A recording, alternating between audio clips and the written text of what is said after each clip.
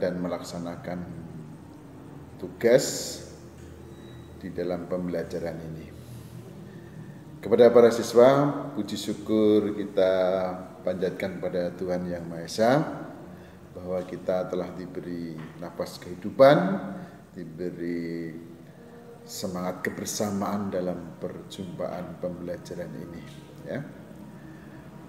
Di mana pembahasan pada minggu yang lalu kita membahas tentang bagaimana tahapan-tahapan di dalam menyusun penelitian. Jadi tahap pertama yaitu tentang membuat atau menyusun sebuah rancangan penelitian. Kemudian yang kedua yaitu melaksanakan penelitian itu sendiri, dan yang tahap terakhir yaitu menyusun atau membuat laporan penelitian. Karena kita ini disiplin dari ilmu sosiologi, maka penelitian yang kita lakukan adalah penelitian sosial. Di mana kita melakukan penelitian? Nah, apakah di lapangan masyarakat, atau mungkin di perpustakaan, atau mungkin di laboratorium, ya, akan Bapak jelaskan lebih mendalam, ya.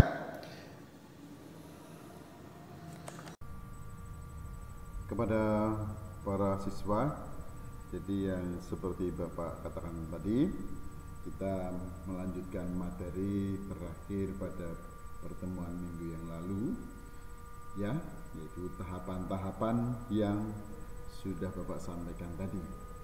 Baik, kita akan mulai pembahasan tentang penelitian sosial, ya. Sebelum jauh kita melakukan penelitian, kita pahami dulu konsep atau teori-teori yang terkait dengan penelitian maupun dalam cara berpikir, ya. Di dalam penelitian itu menggali atau mencari, ya, mestinya menggunakan suatu logika atau bentuk penalaran yang baik dan yang bertanggung jawab. Oh ya, kepada para siswa semua, bahwa tujuan pembelajaran saat sekarang yang terkait dengan pembentukan karakter, yaitu dalam mempelajari penelitian sosial ini, siswa bisa membentuk karakter disiplin, kerja keras, dan keingintahuan terhadap sesuatu akan lebih tinggi, ya, dan rasa memiliki tanggung jawab terhadap suatu pekerjaannya, ya. Kepada para siswa, dalam proses berpikir dalam penelitian kita harus menggunakan logika atau sering disebut sebagai suatu bentuk penalaran, ya, sebagai suatu bentuk penalaran, ya. Penalaran adalah suatu proses berpikir untuk memperoleh kesimpulan yang logis berdasarkan fakta yang relevan, fakta yang memiliki hubungan dengan tujuan penelitian. Jangan sampai tujuan penelitian dengan fakta dan data yang kita peroleh di lapangan penelitian tidak nyambung atau tidak ada korelasinya, ya. Nah, yang kedua, dengan kemampuan berpikir atau bernalar, ya, yang kemudian dikomunikasikan dalam bahasa, manusia mampu menemukan satu pengetahuan yang benar. Jadi jelas di sini penelitian dimaksudkan untuk mencari suatu titik kebenaran ilmiah, ya. Maka dari itu ciri penalaran logis, ya, sesuai dengan logika, analitis karena bersifat analisis, ya. Nah, di dalam proses berpikir dalam penelitian, ya, atau di dalam proses logika atau penalaran dalam penelitian ada, ya, berpikir secara deduksi dan bisa berpikir secara induksi. Ya, berpikir secara deduksi adalah proses penarikan kesimpulan dari hal yang bersifat umum, ya, ke hal yang sifatnya khusus, ya, deduktif. Ya, satu contoh, manusia adalah makhluk sosial, budi adalah manusia. Ya, kesimpulannya budi makhluk sosial. Ya, jadi budi adalah makhluk sosial karena budi itu manusia. Nah, ini merupakan suatu penarikan kesimpulan hal-hal yang sifatnya umum ke hal yang sifatnya khusus, yang dinamakan cara berpikir atau bernalar secara deduksi. Ya, baik. Ya, yang kedua, cara berpikir secara induksi. Ya, secara induksi yaitu metode berpikir yang bertolak dari peristiwa khusus untuk menentukan hukum umum. Ya, pemikiran yang bertolak kepada suatu kenyataan yang khusus, kemudian untuk menarik kesimpulan yang umum, seperti itu. Ya, contohnya, ya, kita paparkan atau berpikir dari titik tolak yang khusus. Ya, Esinkap, orang asmat, mempunyai badan tegap, hidung mancung, dan berambut keriting. Ya, begitu pula nanti bisa dicontohkan, Budi, orang asmat, mempunyai badan tegap, hidung mancung, dan berambut, ya, keriting. Imam, orang asmat yang mempunyai badan tegap, hidung mancung, dan berambut, ya, keriting. Ya, jadi kesimpulannya semua orang asmat memiliki, ya, kesimpulan secara umum, ya, kesimpulan secara umum atau menentukan secara umum itu semua orang asmat memiliki badan yang tegap, ya, hidung mancung, dan rambut keriting. Ya, jadi itu hal-hal yang khusus, kemudian kita menarik kepada hukum yang umum atau kita menarik kesimpulan secara umum. Ya, nah, ini adalah contoh dari cara berpikir atau bernalar secara deduksi dan induksi. Ya, mudah-mudahan nanti Anda bisa membuat satu contoh cara berpikir secara induksi dan deduksi. Ya, saya ulangi bahwa cara berpikir deduksi, ya, menarik kepada kesimpulan-kesimpulan yang sifatnya umum kemudian ke hal yang khusus. Ya, begitu pula sebaliknya induksi, ya, berpikir dari titik tolak yang khusus kemudian, ya, menentukan hukum umum atau menarik kesimpulan secara umum. Ya, baik. Ya, kemudian apa yang dimaksud suatu penelitian? Nah, secara konsep umum sudah Bapak berikan satu pemahaman pada pertemuan sebelumnya, yaitu menurut, ya, Sumadi dan menurut Supranto. Ya, jadi suatu usaha untuk mencari, mengumpulkan dan menganalisis. Ya, nah, sementara secara umum penelitian adalah usaha menarik kesimpulan yang dapat dipercaya kebenarannya, yang dilakukan secara sadar, teliti, menurut prosedur ilmiah. Yang kedua, penelitian bisa juga dikatakan sebagai bentuk aktivitas ilmiah yang menggunakan, ya, metode ilmiah logis dan sistematis untuk menguji suatu atau beberapa hipotesis terhadap satu atau beberapa masalah di dalam dunia empiris melalui pengumpulan data atau data collecting, ya, dunia empiris, ya, di dalam kenyataan yang ada di dalam masyarakat melalui pengumpulan data, ya. Yang ketiga, bisa juga penelitian adalah suatu proses atau rangkaian langkah yang dilakukan secara terencana, sistematis untuk mendapatkan pemecahan masalah atau jawaban terhadap pertanyaan-pertanyaan tertentu, ya. Nah, ini juga menurut beberapa pendapat lain apa yang dimaksud dengan penelitian. Baik, ada 3 syarat dalam penelitian yang harus kita taati apabila para siswa nanti melakukan suatu penelitian, ya. Yang pertama, mengikuti prosedur ilmiah. Yang kedua, terencana. Dan yang ketiga, sistematis. Mengikuti prosedur ilmiah, ya, artinya dapat dipertanggungjawabkan secara ilmiah, tidak fiktif atau tidak imajinatif, ya. Sifatnya objektif, dipertanggungjawabkan secara nyata atau empiris. Terencana, sebelumnya sudah disusun bagaimana seseorang itu melakukan suatu penelitian.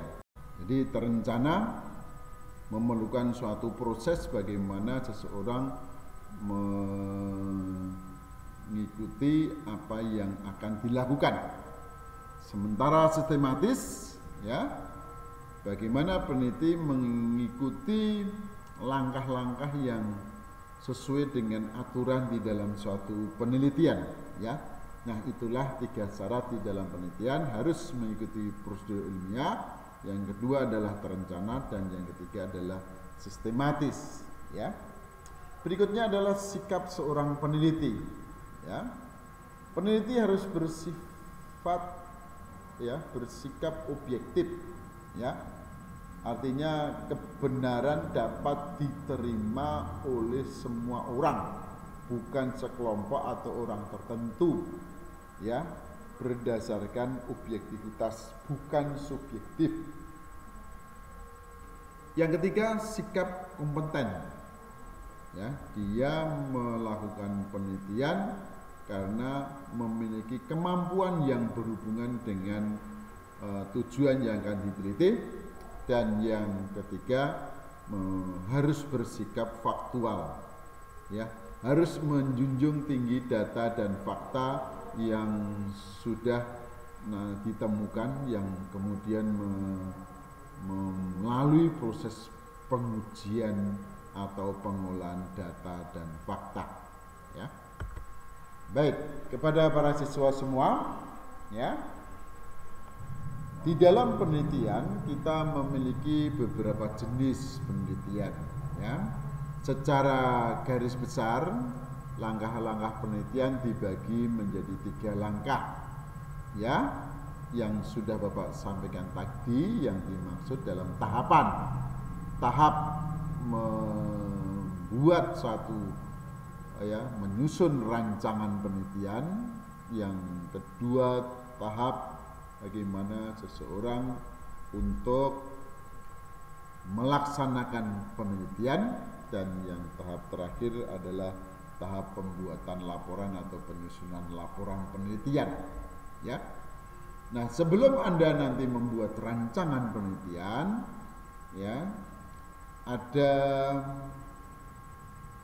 perbendaharaan jenis-jenis penelitian yang harus Anda ketahui, sehingga di dalam membuat rancangan penelitian itu nanti Anda termasuk jenis penelitian yang bagaimana, ya. Jenis penelitian pertama berdasarkan tujuan.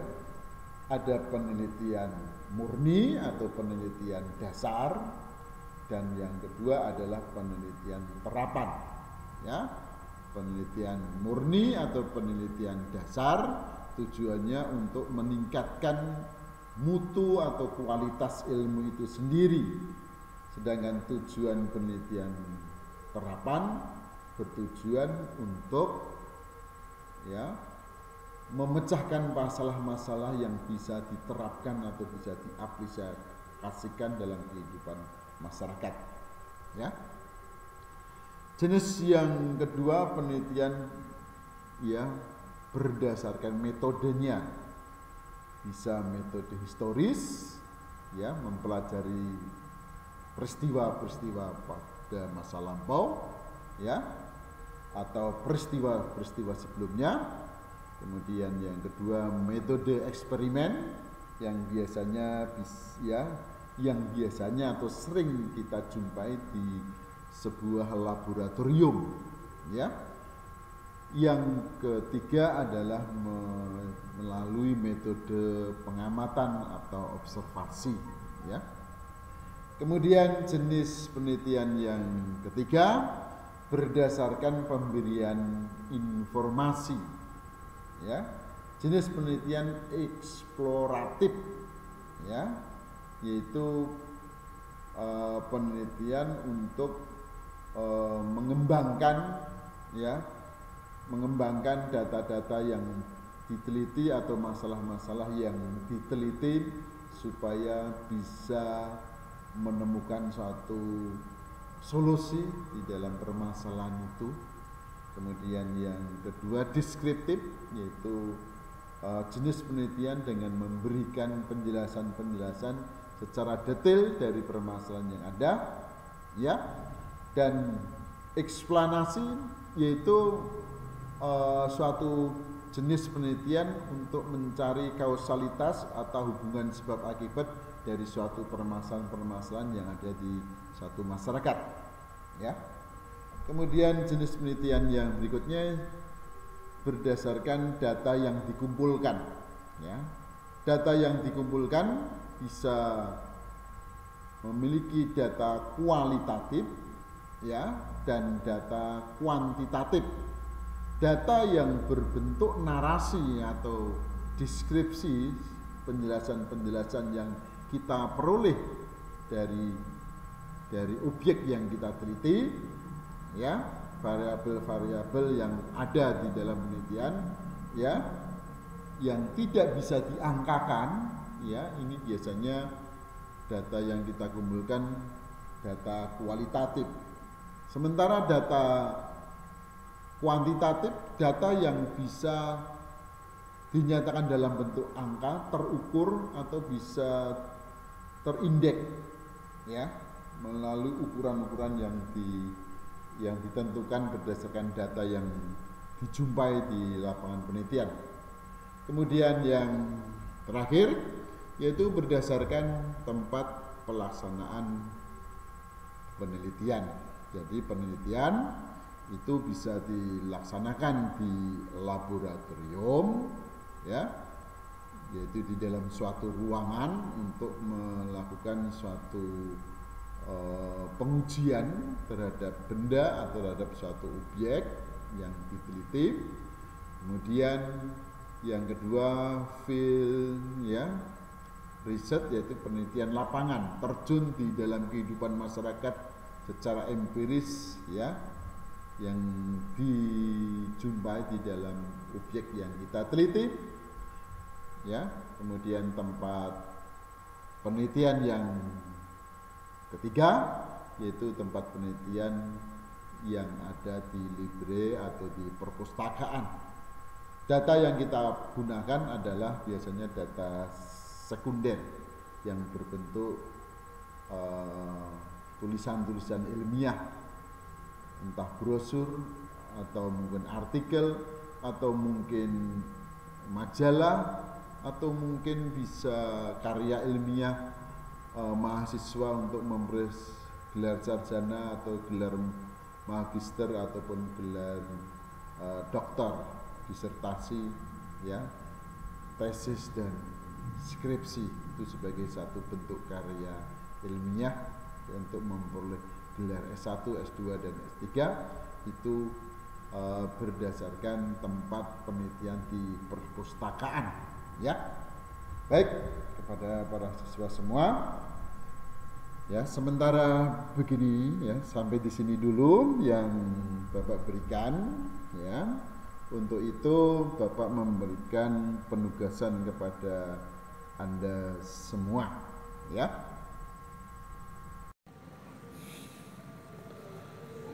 Ya, seperti yang saya katakan tadi bahwa pembelajaran saya akhiri sampai sekian dulu ya. Untuk berikutnya saya meminta kepada Anda mengerjakan penugasan dari Bapak. Ada 3 soal yang Bapak minta. 1, Anda membuat contoh ya berpikir atau bernalar secara deduksi ya. Yang kedua, Bapak minta contoh berpikir atau bernalar secara induksi. Dan yang ketiga, Bapak minta contoh ya bernalar atau berpikir secara campuran dari induksi ke deduksi atau sebaliknya dari deduksi ke induksi ya. Jadi ini untuk mengimplementasi teori yang sudah Anda terima tadi, kemudian Anda susun contoh yang ada dalam proses berpikir atau bernalar deduksi, induksi maupun campuran. Kepada para siswa semua ya, sebelum mengakhiri Bapak pesan kepada siswa semua supaya tetap melaksanakan protokol kesehatan ya. Memakai masker dalam melaksanakan kegiatan, terlebih khusus di luar rumah ya. Di dalam rumah pun kita juga jangan terlena untuk melepas masker, apalagi di aktivitas di luar ya. Kedua, hindari kerumunan ya, dan jaga jarak ya dengan orang-orang lain yang ada di sekitar Anda ya. Dan yang ketiga, sering-sering mencuci tangan, karena kita meyakini bahwa dengan menggunakan sabun atau hand sanitizer ya, kita paling tidak sudah mengurangi dari penularan ya, karena kita tahu penularan lewat hidung, bisa lewat mata, bisa lewat mulut. Maka diharapkan memakai masker secara benar. Maskerku melindungimu, maskermu melindungiku. Terima kasih, sampai berjumpa pada pertemuan berikutnya.